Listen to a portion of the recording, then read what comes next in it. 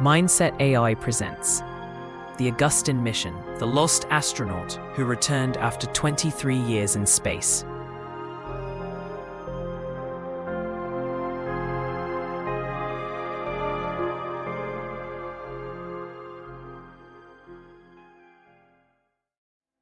The year was 2038, after a long hiatus in international space travel that had been caused by the collapse of the US economy in the middle of the previous decade, and the closure of NASA and other US-based space projects. The European Space Agency, ESA, was ready to begin operations again. Commander Irene Tomas was the first female astronaut to fly in the space shuttle Augustin. That had been designed by cooperation between ESA and the International Space Corporation, a privately owned exploration project that was a business conglomerate from various countries. Her first crew was an American engineer by the name of Captain Mark Gardner. With him was a co-pilot from Germany whose name was Paul Merkel, and a French navigator named Victor Cartier. Their first maiden mission was to provide parts and supplies to the Mir 3 space station orbiting Earth. This was to take place on the 21st of August, 2038. After a 2-day delay due to bad weather, the mission was at last underway. The 4 cosmonauts, having been under quarantine for 48 hours, were finally cleared to commence with the mission. There was a feeling of excitement and anticipation throughout the space station, as this was the first European space endeavor. Ground control. This is Space Shuttle Augustin. All checkpoints have been finalized, and we await your final clearance. Over. Roger, Augustin.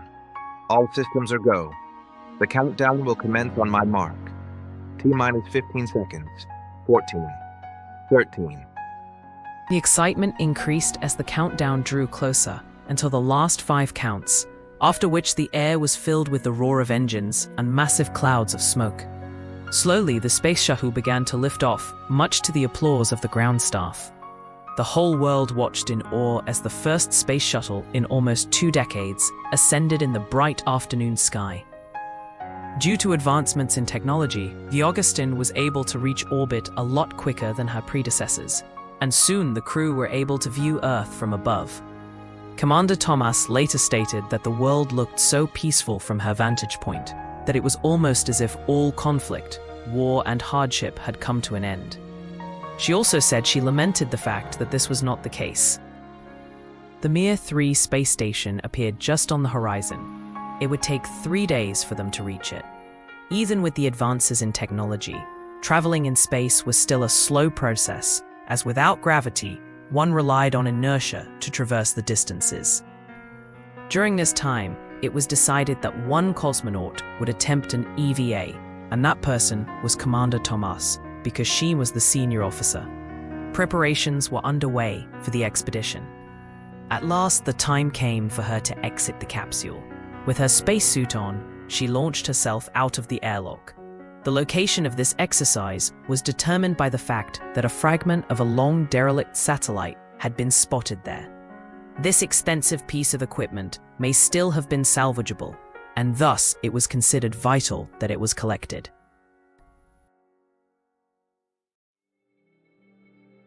As Commander Tomas was about to commence with the mission, a message came over the communicator saying that there seemed to be some form of interference between the shuttle and mission control. Even as the communication came through, it was broken by what appeared to be static on the line. So much so that she only heard part of it and was delayed in her response. Just then, a dark shadow seemed to come between her and the space shuttle. When she looked up to see what it was, she discovered that it was another spaceship of a design that she had never witnessed before. It was much larger than any vessel that had ever been designed or manufactured on Earth. But before she could communicate what she had seen with her crew, the vessel came between her and the shuttle. All lines of communication were lost, whether between her and the Augustin, or between the shuttle and mission control. Augustine, this is Control. Instruct Commander Tomas to abort the attempt to retrieve the item and return to the vessel immediately. This was the original order, but alas, all the crew heard was Augustin. Control. Commander Tomas. Attempt. the vessel.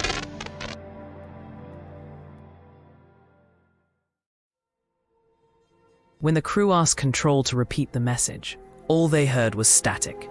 That was the last communication between Earth and the stricken vessel, none of which was received by Commander Tomas, who was still floating in space. Soon after this, the alien vessel severed her lifeline that connected her to the ship, leaving her to float off freely into outer space. She knew that she only had enough oxygen in her reserve tank for 3 hours without the vital connection to the ship. To make matters worse, the alien craft had somehow interfered, not only with communications, but also the ship's navigation and propulsion. This meant that there was no way for the rest of her crew to rescue her.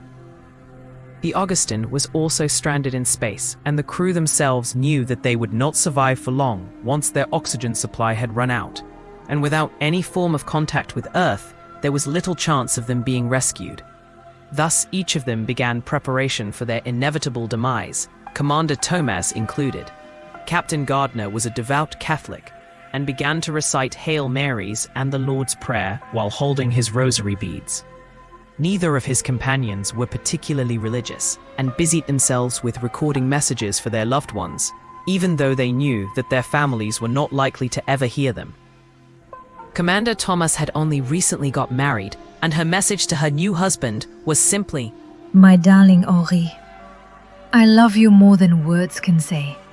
which she spoke in vain to the ether, knowing that he would never receive her last transmission. Soon, Irene began to feel faint as her oxygen levels steadily diminished. She started to suffer from intense exhaustion, and her breathing was increasingly labored. Eventually, she slipped into unconsciousness with a last farewell to her loved ones. In her final minutes, she did not feel saddened, except by the notion that she would never give her husband the child that he so desired. Her dying moments were painfully nightmarish, as her system craved the life-giving oxygen, and when she sank into oblivion, it was almost a relief from the agony. Imagine her surprise when she awoke again, having half expected to do so in another world. Although she was not particularly religious, she had some notion that there had to be some form of afterlife, but the reality that faced her when she opened her eyes was very different from what she'd expected. Firstly, she found herself lying in a chamber of sorts with a glass or perspex lid through which she could see a kind of interior, the details of which she could not as yet make out, but from the humming sound in the background, it was clear that this was some kind of medical facility. At first, she thought that she was in a hyperbaric chamber, as one would expect after suffering from oxygen starvation, but she had never seen anything like this before. Soon, however, she was to discover that the truth far exceeded her wildest imagination. From the other side of the perspex, she saw two figures, the likes of which she had never seen, except perhaps in her nightmares. They were certainly not human, and she even questioned whether they were even living. Their bodies were made of some kind of metal rather than flesh, and as one of them peered at her through the glass, she noticed that it didn't even have a face. Instead, she was looking at what appeared to be a blank dark mirror. When it spoke, the voice sounded as if it was being amplified through a set of speakers with some kind of distortion. It reminded her of the effect that was achieved by using a vocoder. She could not understand the language to begin with, but slowly it appeared that she could comprehend it more and more. Do not be afraid, we will not harm you. We are glad to see that you have recovered from your accident. What accident? Your ship came between my ship and I, while I was outside the capsule.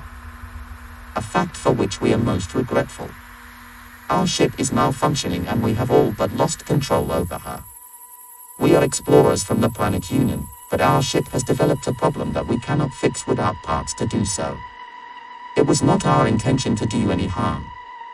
We only have partial control over navigation, and thus find it difficult to maneuver with any precision. Sadly, we need to inform you that the rest of your crew have perished. Irene was shocked by the news of the deaths of her comrades. She swallowed hard as tears brimmed in her eyes.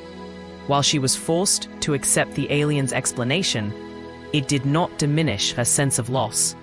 She had been with the other crew members for almost a year and had grown somewhat fond of all of them. So much so that they became almost like an extended family to her. Irene was an only child. Her parents had both passed away, and the rest of her family had either died or immigrated to other countries, which meant that she felt alone in the land in which she was born. The result was that many of her friends and colleagues became substitutes for the family she didn't have. At the same time, she had to accept the risks that came with her chosen profession. Every time they went on a mission, she and her crew were fully aware that what they were involved in was intrinsically dangerous. After what seemed to be a week at least, Irene was strong enough to stand on her own. Her hosts removed her from the chamber in which she had found herself when she woke. She was allowed to roam freely in the ship, provided that she informed the crew where she was going. This was just in case she became faint or injured herself in any way. She also learnt a great deal about the race that rescued her. The Unanoids were a race of mechanoid beings that had originally been created as slaves by a highly advanced civilization. Being inorganic meant that they were immune to disease. This worked to their advantage when their masters succumbed to a deadly plague that overran the entire planet. By that time, the Unanoids had become self-maintained and could thus survive without the technicians that were responsible for their upkeep. Eventually, they were the only beings that endured. Not being dependent on a viable environment, they allowed their homeworld to fall into disrepair until it could no longer support any organic, natural life. In the meantime, they became avid explorers, embarking on often dangerous missions that would have likely cost the lives of biotic beings. Their ships traversed the galaxy and even beyond.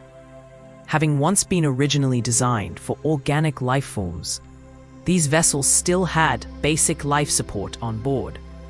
Thus, any living specimen that they collected could be sustained therein. If the being was either ill or injured, the medbay was fully functional and could thus treat whatever illness or morbidity the creature was facing. This is how they managed to revive Commander Tomas.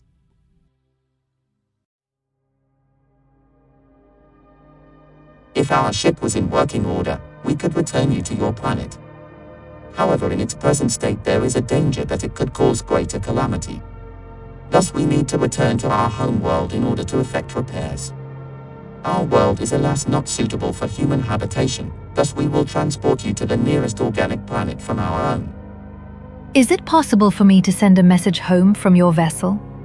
There are many who would like to know that I am alive and well. To her delight, she was told that this was indeed possible. We will do our best, and I hope that we will succeed. I will arrange it immediately. The only problem might be in finding a channel on Earth that could receive the transmission.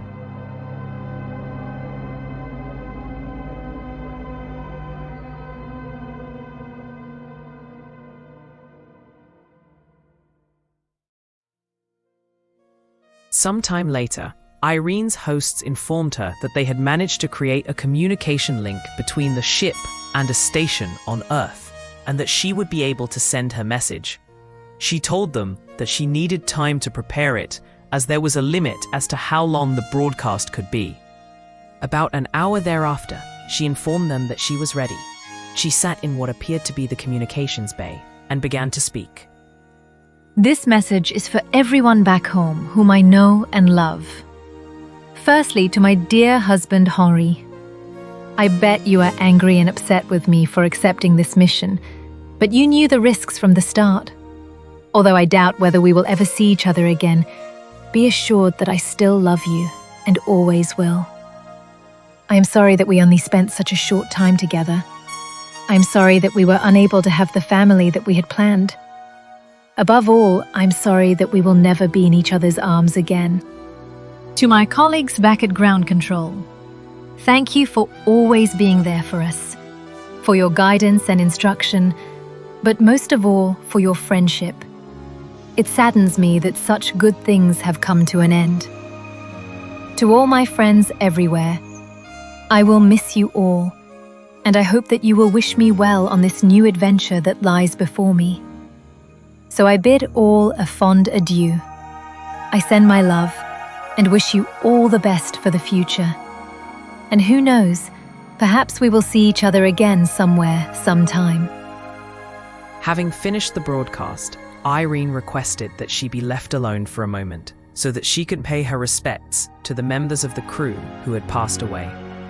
Her hosts led her to a small bare room where she was left to her own devices. She had never prayed before, but after a moment's awkwardness, she was able to offer some kind of supplication for those lives that had been lost. There was no mention of God or any deity. Instead, she spoke as if her offering was made to the universe, which she had held in such awe that it was the closest thing to a god that she could perceive.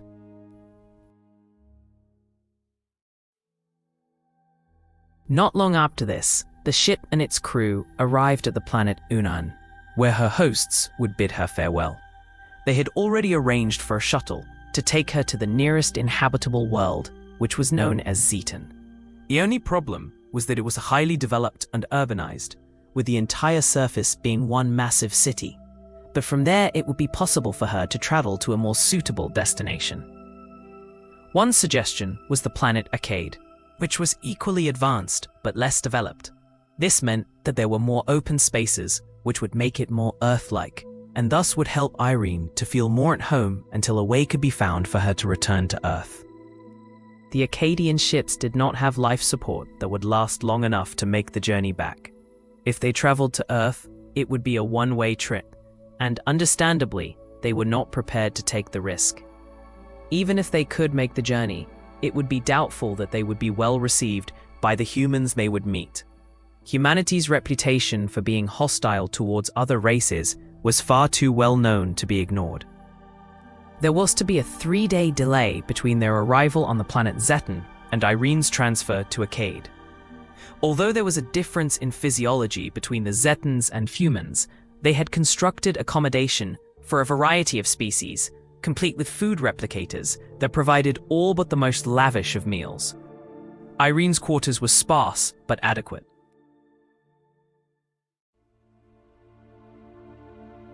During her stay, she learnt more about her rescuers' culture, if one could call it that, considering that they were not organic.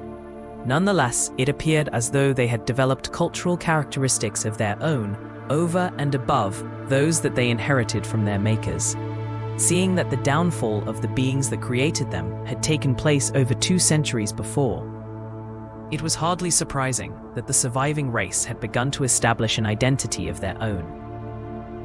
The planet of Unan had never been very fertile to begin with, but after the demise of its original inhabitants, it had deteriorated into little more than a barren wasteland where only the inorganic Unanoids could survive. Seeing that the star system around which Unan orbited was a binary system, there was little shortage of sunlight, the source of energy for its mechanoid inhabitants. Massive solar panels generated power for both industries and for sustaining the beings that operated them. This meant that there was little pollution in the atmosphere, and if there had still been the slightest hint of life on the planet's surface, it would no doubt have thrived. But without any form of precipitation, nothing could grow there, and thus the entire surface was one almighty desert over which fierce sandstorms raged, creating giant sand dunes that would rival the highest mountains on Earth. In other areas, the sand gave way to weather-beaten rock that resembled massive sculptures, as if they had been fashioned by the ancient hands of some long-forgotten race of gigantic beings. When the day finally came for Irene to leave Zeten, she vowed to continue her study of Unan and its strange inhabitants. She was certain that there was so much more to learn about this world that was completely alien to her.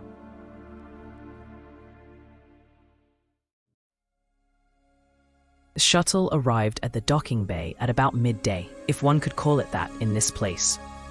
The beings that greeted her looked surprisingly human, except that parts of their bodies were obviously robotic. She had already been told that these people were known as augments, and were a kind of melding of flesh and cybernetics. This had come to pass as the race began to explore the worlds beyond their homeworld. They would often encounter environments that would prove difficult for them in their natural state. In order to counter this, they began to transform themselves in order to better adapt to their surroundings. Hence, the age of the augments came into being. Irene had also learnt that the reason why she could understand the language of her hosts was that special nanites had been implanted in her brain that acted as translators. Thus, it did not matter who or what was communicating with her. She would know what was being said. The journey to Acaide was much shorter than the previous one.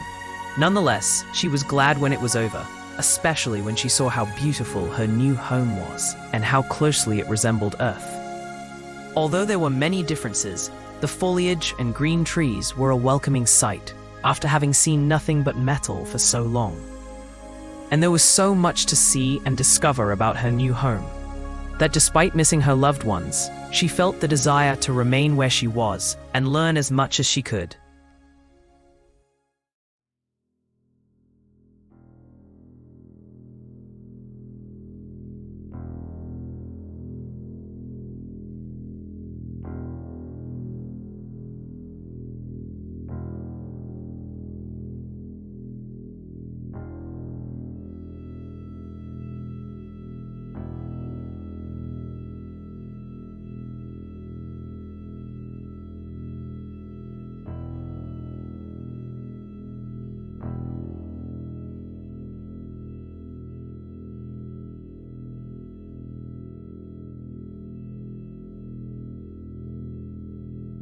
The date was June 13th, 2061. The place, a mission control in the desert of Nevada, from where the re-established NASA operated.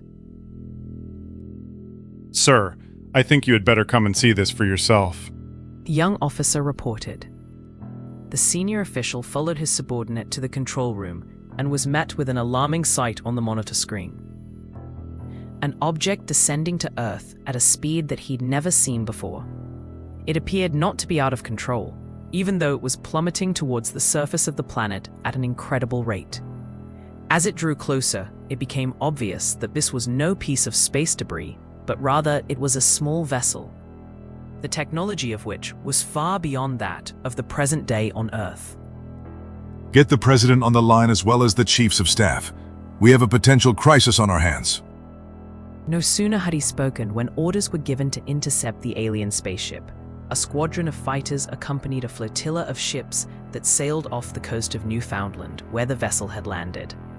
Unlike shuttles and capsules of the day, this ship seemed to be able to hover on the surface of the ocean, unaffected by the rolling of the waves. As the units approached, their leaders were already preparing for any hostile response. Indeed, there were those among them that wanted to shoot first and ask questions afterwards. But fortunately, it seemed that sanity still prevailed, and the entire force was placed on alert, but were given strict instructions not to engage until the other ship reacted.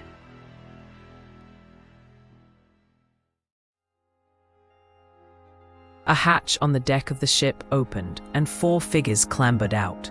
3 of them were dressed in some kind of metallic armor, whereas the 4th wore what appeared to be a spacesuit that looked vaguely familiar, if not somewhat outdated. The being was undoubtedly human, and by the looks of it, female. A lifeboat was launched from one of the US naval ships with an armed guard and a representative of the Navy on board.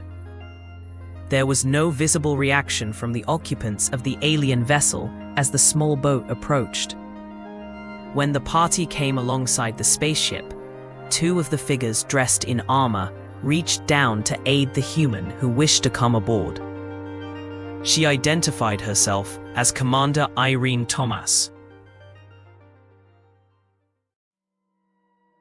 A day later, news headlines all over the world were dominated by the report of the strange visitors, and even more so of the seemingly miraculous return of the astronaut that had been missing for over 20 years. What was even more astounding was that she appeared to have survived without even aging, and still looked as young as she did on that fateful day in 2038, a day in which she and the ill-fated crew of the Augustin space shuttle had met their doom, or so it seemed at the time. When the original disaster occurred, there were many who considered the reports of an alien vessel being involved as fake news. Now that a second unidentified spaceship had landed for all to see, even the most avid critics were silenced. Irene Tomas's return raised a number of questions as to how the people on Earth would respond to the presence of life elsewhere in the universe. Many were driven by fear and tried to force the governments to take a stance against what they deemed to be a threat to society. Others were excited at the prospect of being able to make contact with other races. There were those that considered this as an opportunity to develop trade with these newcomers, and a way to address the many shortages that plagued the world of men as a result of the increasing burden that humanity imposed on the environment. Scientists hoped that they would learn important lessons from them, such as sustainability in the utilization of resources, and in turn the reduction of the negative impact their race would impose on the world around them. From that day onwards, a special occasion was set aside to commemorate this historic event. 10.5 years passed before any further contact was made with the alien visitors. Sadly, those who believed that relations with the aliens would be beneficial to humanity were way too few and were outnumbered by those obsessed with violence. As 3 alien diplomatic vessels entered the Earth's atmosphere, a squadron of fighters intercepted them and without hesitation or provocation shot them out of the sky. When the world press demanded an explanation, it was told that the information surrounding the incident was classified and that the subject was closed. A special council meeting was held between the worlds upon which the augments and their allies resided. The purpose of this gathering was to decide how to react to the Earth's attack on the vessels that had been sent to establish official ties with its inhabitants. It did not take long for the verdict to be given. No further contact would be attempted between their planets and the human race. The only exception was a small group that was sent to offer Irene the opportunity to return with them to the homeworld of Acaide. Having heard of the atrocious way in which her own people had dealt with the visitors, she gladly accepted their offer. Her husband had remarried the year after her disappearance, and she had been unable to settle down since her return to Earth. She felt that she had unfinished business back on Acaide, as well as Unan, and would rather find a new life there than have to dwell amongst those so driven by fear that they could not comprehend that another race would be willing to make contact with them without any ulterior motive. The final straw was when a local newspaper printed an article stating that Irene had been abducted by the aliens and that they had experimented on her. Not only that, but they alleged that she had been sent back to Earth as a spy, an agent to gather information that her masters could use in the event that they would invade planet Earth. When she tried to get the tabloid to withdraw their absurd allegations, they refused. Instead, a second report was printed saying that she had lost her senses and had stormed into the offices and made all kinds of threats. This too was of course false, seeing that the initial conversation took place over the phone, followed by an email. Thus it was that 3 days after Irene was visited by 4 mysterious strangers dressed in identical black suits, dark glasses, and fedoras, her cleaner discovered that all of her mistress's clothes and personal belongings had disappeared. It was as if Irene had departed in a hurry, except that her car was still in the garage and her cell phone was still lying on the table next to her bed, fully charged. The woman began to fear the worst, until she heard a voice message on her phone. My dear Isabel, by the time you receive this message, I will already have been long gone. I cannot stay here much longer. My conscience will not allow me. Those who brought me back after my disappearance have invited me to return with them, and I have decided to accept the invitation. I have left instructions for you to take up employment with one of my friends. The apartment is fully paid up, and I leave it to you. Adieu, and thank you for your many years of service. And now, I bid you a final farewell. As always, Irene. Commander Irene Tomas was never seen again.